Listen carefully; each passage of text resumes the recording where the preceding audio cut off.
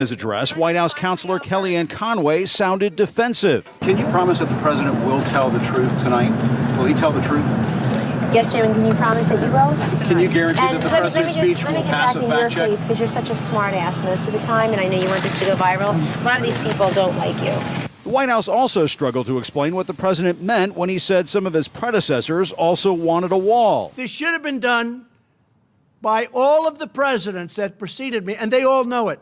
Some of them have told me that we should have done it. But that's not true. All of the living ex-presidents have denied that claim or released statements showing their opposition to a wall. Pence tried to clean that one up, too. I know the president has said that that was his impression from previous administrations, previous presidents. Who's going to pay for the wall?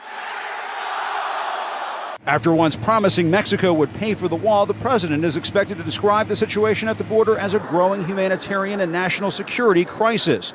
Despite recent studies that show the number of undocumented immigrants has declined in recent years and that native-born Americans actually commit more crimes than immigrants. The president, who faces questions about his own credibility, once told CNN he supported the impeachment of former President George W. Bush for the case he made for the war in Iraq. Impeaching him? Absolutely, for the war. For the war. Because of the conduct of the war. Well, he lied. He got us into the war with lies.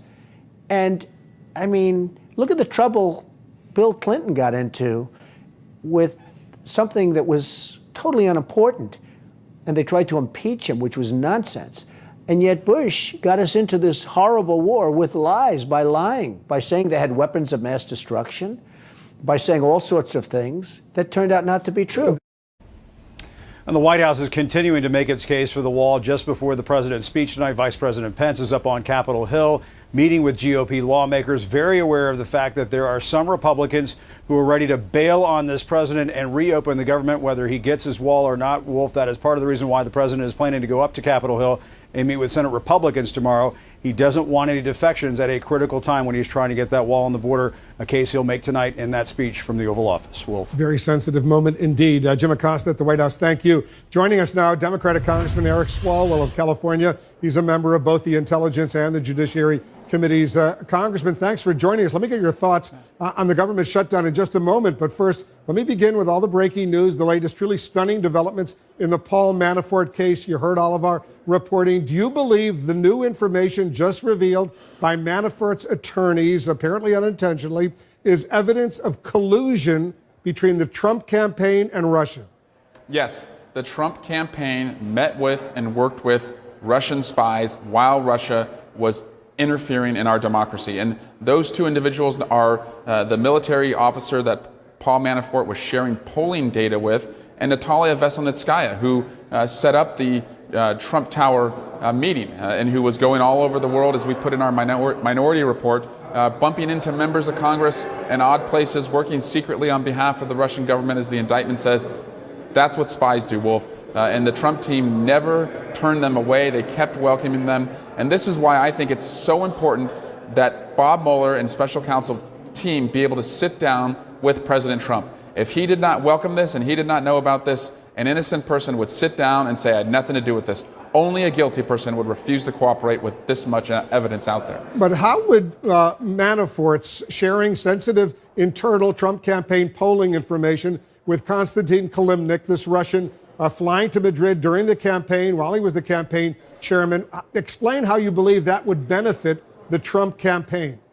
Well, we know that the Russians were weaponizing social media. They were putting out targeted ads. They were putting posts on Facebook and YouTube, and if they were doing that in a targeted way with the information that the Trump campaign had about, what areas you should do that, what types of voters you should do that, that would be collusion. Again, the Mueller team better knows that than the House Intelligence Committee, because every time we asked, every time we sought to learn if that's what was going on, we were blocked by the Republicans. Those days are over. We actually will now be able to learn much more and tell the American people just what they were up to. Why would Paul Manafort lie about something like this while he was supposedly already cooperating with the special counsel? He fears the Russians, Wolf. If you look at everyone that Bob Mueller has indicted or he's put the screws to, they've all folded and they've all turned into cooperators except one person. That's the person who faces the most amount of criminal exposure and the most amount of prison time. He was offered a really sweet deal, and he has not cooperated. I think, Wolf, He's seeking to protect the Russians, and he's seeking to protect the president. Manafort's attorneys say he has cooperated extensively with Mueller and his team, and that any lies he told were unintentional. Do you buy that? I don't. I don't buy it at all. He was charged with lying. He made false statements that he was convicted of. This man is a convicted liar, and I don't think a leopard changes its spots. What about the revelation in these new documents that after President Trump took office, that there was Mueller contact with individuals in the Trump administration, including the president? I believe it, Wolf, because we saw in our own investigation that you had these witnesses were all talking to each other, and it appeared that they were trying to get their story straight. And you had a number of witnesses who all had the same lawyer, which seems to be a conflict of interest. So the only people who've been in the dark have been the American people, because the Republicans wouldn't release our transcripts while these witnesses were working in concert. So I think they've all been working together to protect the president and keep this investigation from getting closer to him. Because the contacts between Paul Manafort and the president and the administration after he took office, you believe what? Those were inappropriate, illegal? What do you believe?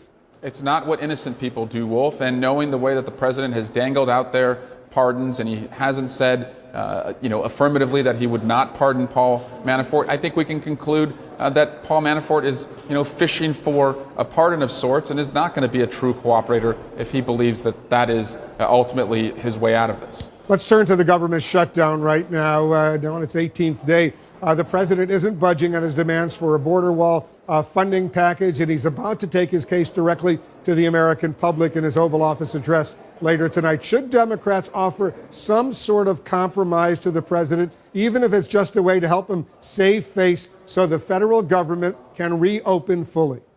Yeah, we're not here to help the president save face, Wolf. We're here to save the American people from the threats that we have abroad and domestically, and we have put forward legislation that passed the Senate 100-0, 100 Republicans and Democrats who came together to fund border security.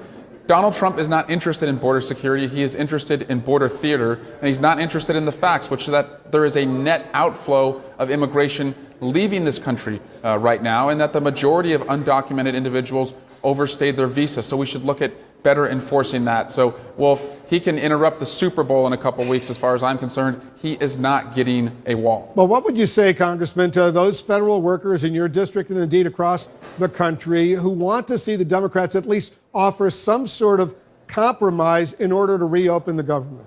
We've offered the compromise that Mitch McConnell already passed in the Senate, Wolf, and I think the fact that these workers are not getting paid is as immoral as putting a wall on our southern border with an ally. It contradicts that lady with a torch in New York Harbor and the sick, tired, huddled masses that she is welcoming. Give us your tired, your poor, your huddled masses. That's the message of America, and we have to draw a line somewhere, Wolf, because what will the president want next if he's able to shut down the government for something that is so un-American?